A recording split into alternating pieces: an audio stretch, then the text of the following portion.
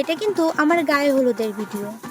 সবাই জল ভরে নিয়ে চলে এসেছে, আর বাড়ি এসে দিদা আর ঠাম্মা দুজন মিলে একটু নাচ করে নিল, আর আমিও বাড়িতে ঢুকে ঝটপট রেডি হয়ে নিলাম, মানে শাড়িটা চেঞ্জ করে নিলাম। কারণ তোমরা তো জানোই গায়ে হলুদের সময় হলুদ শাড়ি পরতে হয়। শাড়িটা চেঞ্জ করার পর বাইরে আসতেই ক্যামেরাম্যান বলল, চলো আর কিছু ফটো ভিডিও শুট করা যাক।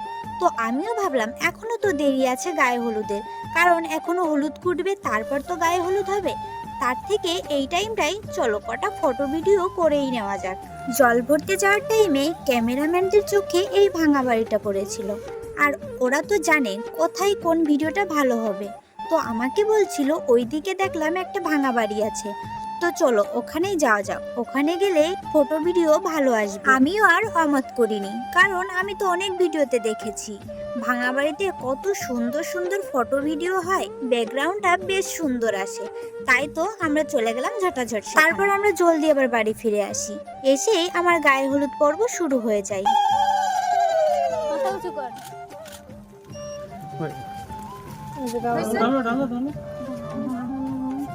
আমার পল্লবটা হাত দিয়ে হালকা করে ফেলে দাও।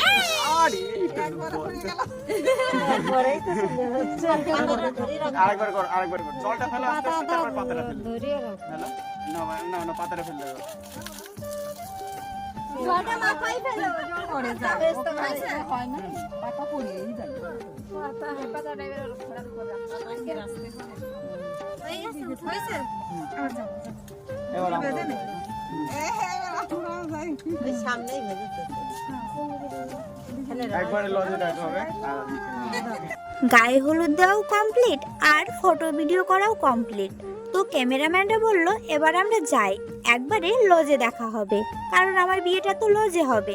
তারপর ওনারাও চলে গেল, আর আমিও স্নান করতে চলে গেলাম, কারণ স্নান টান করে রেডি হয়ে আমাকে আবার লজে যেতে হবে।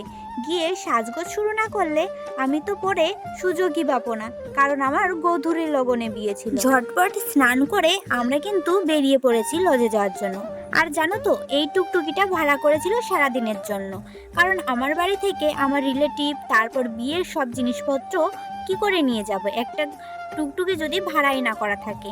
তাই তো আমাদের যেগুলো নিয়ে যাওয়ার মতো আমরা কিন্তু সেগুলো নিয়ে বেরিয়ে পড়েছি। সঙ্গে আমার দিদি আর কাকিমা ছিল, দেখতে পাচ্ছ হাড়ি, ওদিকে ঘট, ওদিকে বরণডালা সহ অনেক কিছু আমরা নিয়ে গেছিলাম সঙ্গে করে। এইবার বিয়ের ভিডিও আসছে, সবাই দেখতে থাকো। বাই।